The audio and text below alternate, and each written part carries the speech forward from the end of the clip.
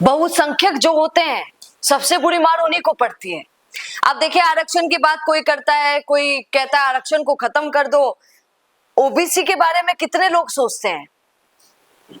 एक ऐसी कैटेगरी जिसमें सबसे ज्यादा लोग भरे पड़े हैं, जिसमें सबसे ज्यादा जातियों को डाला गया है। और आज अगर राजस्थान की बात की जाए, एक खबर चल रही थी, मन किया आप लोगों को भी सुना दूं, आपको भी तो पता हो कि राजस्थान में ओबीसी में कितनी कास्ट आती हैं। आपको पता है? लगभग यहाँ पे बताया गया है 80 से 90 कास्ट ओबीसी के अंदर आती है। और उसमें सबसे ज्यादा आप जानते हैं कौन सी कास्ट है, कौन सा समाज है जो सबसे ज्यादा नौकरियां लेकर जा रहा है? जानना चाहेंगे राजस्थान के अंदर? मुझे लग रहा है कि आधे लोगों के मन में तो यहाँ तक गले तक आ गया होगा जवाब। मैडम जी, हमें पता है, सही पता है। राजस्थान में ओबीसी कैटेगरी में सबसे ज्यादा अगर किसी समाज ने नौकरी पाई है तो वो जाट समाज है।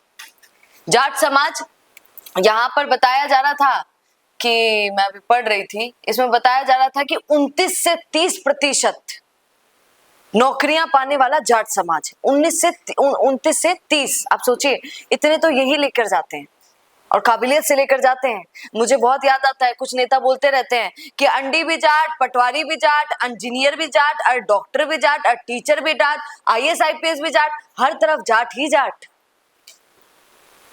वो तो आप समझ सकते हैं कैसे सब मेहनत करते हैं। जाट समाज यहाँ पर ज्यादा है। किसी ने पूछ लिया था किसी नेता से एक बार, तो उसने जवाब भी दिया था कि इसीलिए जाटों की नौकरी ज्यादा है क्योंकि राजस्थान में जाटों की संख्या बहुत ज्यादा है, यही एक कारण है।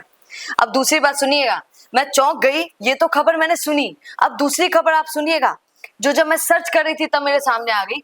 सेकंड नंबर पर कौन है भैया जो सबसे ज्यादा ऐसी जाति है जो नौकरियां लेकर जा रही है? चौंक जाएंगे आप सुनेंगे तो, माली समाज। मुझे याद आता है अभी 3-4 दिन पहले माली समाज, सैनी समाज आकर आरक्षण के लिए मांग कर रहा था और भरपूर तरीके से बोल रहा था कि मानवीय आरक्षण दो, मानवीय आरक्षण दो। उसका बहुत बड़ा रीजन था, आज आपको बता देती हूँ। यहाँ पर देखिए, सेकंड नंबर पर माली समाज, सैनी समाज है। थर्ड नंबर पर यहाँ पर यादव समाज है। फोर्थ पर यहाँ पर कुमावत है और बाकी अन्य सब इसमें आ जाते हैं। अब देखिए यहाँ पर ऐसा क्यों हुआ? जाट समाज का तो मैंने आपको बता दिया है। अगर हम बात कर लें माली समाज की, तो माली समाज में सबसे ज्यादा नौकरियां सेकंड नंबर पर अगर आया तो इसका मतलब नौकरियां भी पाता है माली समाज। तो कौन सी नौकरियां पाता है? पटवारी, एलडीसी हो गया, शिक्षक हो गया, पुलिस कांस्टेबल हो गए, जेई हो गए, यही सब। अब उस दिन जब माली समाज ने अपना आंदोलन किया था तब मुझे बड़ा याद आता है उन्होंने क्या जवाब दिया था। उन्होंने कहा था कि मैडम जी, माँ की नौकरियां तो लाग है पर काई ते आज तक माँ को आईएएस आईपीएस सुना, बड़ी पोस्ट पे हमारे अधिकारियों का नाम आपने सुना? तो मैं भी अचंभे में पड़ गई, याद करने लगी, बोली हाँ बात तो आपकी सही है। ना ही राजनीति में आप माली समाज को, सैनी समाज को इतना एक्टिव नजर देखेंगे कि बड़ी पोस्ट पर कभी गए हैं, बड़े पद पर कभी बैठे हैं। पूर्व मुख्यमंत्री अशोक गहलोत जी को हटा दीजिएगा, अगर आप सोचे तो शायद आपके जहन में कोई नाम नहीं आएगा। और माली समाज का, सैनी समाज का सबसे बड़ा बोलना यही है कि हमारे यहाँ एजुकेटेड तो बच्चे बन रहे हैं पर बड़े पदों पर नहीं जा पा रहे। अब इसका कारण मुझे पता है, आप लोग क्या बोलेंगे? आप लोग बोलेंगे मैडम जी काबिलियत होनी चाहिए, जी का अंदर हो काबिलियत, वो कंडा भी पहुंच पाओ भाई साहब। पर आप सुनिए, काबिलियत तो राम जी सबके अंदर भरते हैं, ये बात आप जानते हैं। ऊपर वाला नहीं सोचता है कि तू कौन सी जाति का है। जब वो टैलेंट देता है, काबिलियत देता है तो खुलेआम देता है और हर जाति को देता है, तो ये कहना गलत होगा। अब माली समाज में दिक्कत क्या होती है? पैसा भैया। माली समाज खेती करता है सबसे ज्यादा प्रॉपर। देखिए सुनिए, माली समाज सुनते ही नाम क्या याद आता है? किसान। तो सोचते हैं कि उनके पास ही गार्डन्स होंगे, उनके पास ही बड़े बड़े खेत होंगे और प्रॉपर्टी खूब होगी उनके पास, बल्कि ऐसा नहीं होता है। आपको एक बात बताती हूँ, हमारे यहाँ अगर प्रॉपर्टी की बात की जाए, खेतों की बात की जाए, तो जाट समाज के पास सबसे ज्यादा खेत पाए जाएंगे अगर आप देखेंगे। पर माली समाज पीछे कैसे रह गया? माली समाज सबसे ज्यादा किसानी के लिए तो जाना जाता ही है, पर मजदूरी के लिए भी खूब जाना जाता है। माली समाज में जो व्यक्ति हैं, जो लोग हैं, वो कहीं और जाकर भी किसानी करते हैं, मतलब किसी के अंडर में मजदूरी भी करते हैं। खेतों में जाकर सरसों काट रहे हैं, गेहूं काट रहे हैं, फसल बो रहे हैं, ये सारे काम भी वही करते हैं ज्यादातर, इसलिए। और उनके साथ एक दिक्कत है कि बच्चों को एजुकेशन में अगर भेजने की बात आती है तो वो तुरंत पैसे वाले काम पे सोचते हैं। तो वो सोचते हैं बेटा किसानी में ही लाग जा, बेटा यू ही काम कर ले, बेटा फैक्ट्री में ही लाग जा। मुझे अभी याद आता है, मैं दौसा गई थी, एक माँ मेरे पास आई, गांव की थी, 11वीं में उनका बच्चा था। उन्होंने मुझे कहा कि आपना छोड़ा ना मैडम जी ते जयपुर में नौकरी लगाओ ना, जयपुर में कोई फैक्ट्री में लगा दियो अपना बच्चा ने। 11वीं कक्षा का बच्चा था। माँ भी नहीं चाहती है वो पढ़े, माँ चाहती है कि किसी फैक्ट्री में काम कर ले। ये माली समाज की हकीकत है।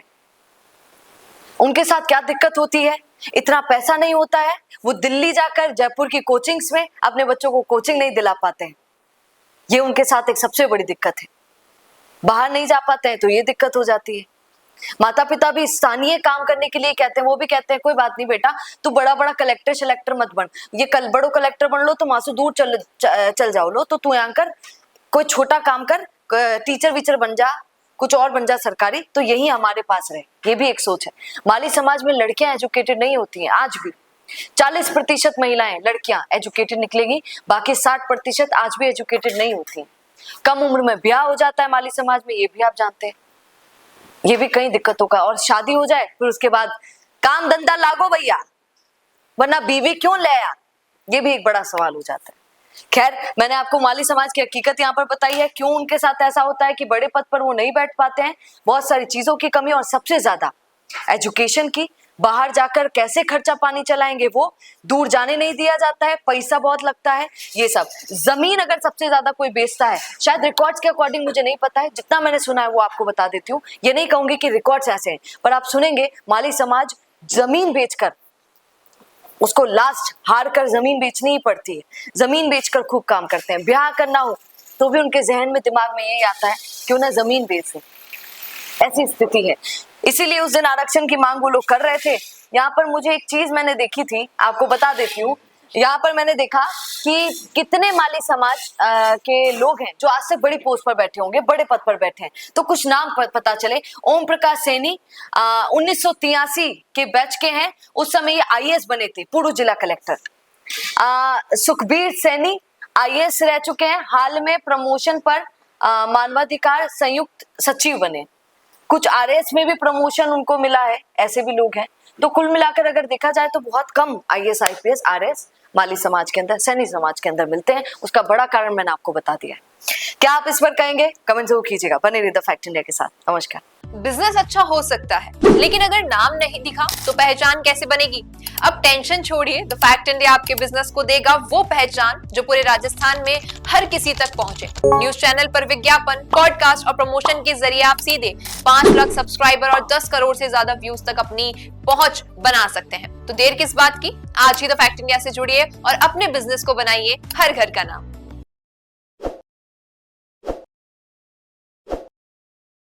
ताज़ा खबरों के लिए विजिट करें द फैक्ट इंडिया की वेबसाइट और डाउनलोड करें द फैक्ट इंडिया ऐप। ताज़ा खबरों के लिए विजिट करें द फैक्ट इंडिया की वेबसाइट और डाउनलोड करें द फैक्ट इंडिया ऐप।